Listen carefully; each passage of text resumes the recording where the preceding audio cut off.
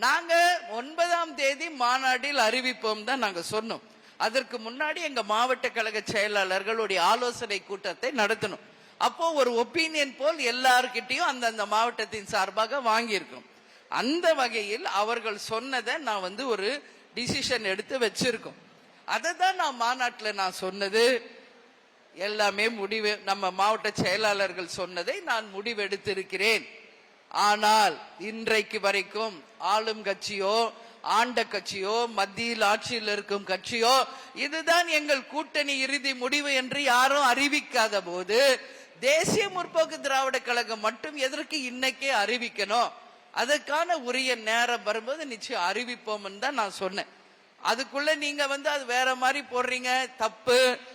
நாங்க யார்கிட்டயும் போய் பேரம் பேச வேண்டிய அவசியமும் எங்களுக்கு இல்லை. யாரிடமும் போய் எங்களுக்கு இவ்வளவு கொடுங்கன்னு கேட்க வேண்டிய அவசியமும் கிடையாது. நாங்க நேர்மையோடு கண்ணியத்தோடு எங்கள் உரிமைகளை தான் நாம பேசிக்கிட்டு இருக்கோம். இன்னைக்கு ஒவ்வொரு கட்சிக்கு இவ்வளவு சீட்டுன்னு அவங்க அதிகாரப்பூர்வமா அவங்க கேட்கும் போது தேசிய முற்போக்கு திராவிட கழகம் இன்னைக்கு தமிழ்நாடு முழுக்க பூத் கமிட்டிகளை அமைத்து 3வது பெரிய கட்சியாக இன்னைக்கு தேமுதிக இருக்கு.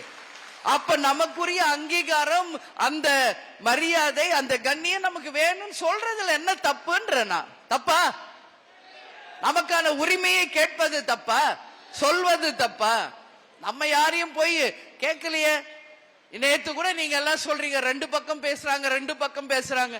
யார் பேசிக்கிட்டு இருக்காங்க ரெண்டு பக்கம்? ஏதாவது ஒரு ப்ரூஃப் காமிக்க முடியுமா?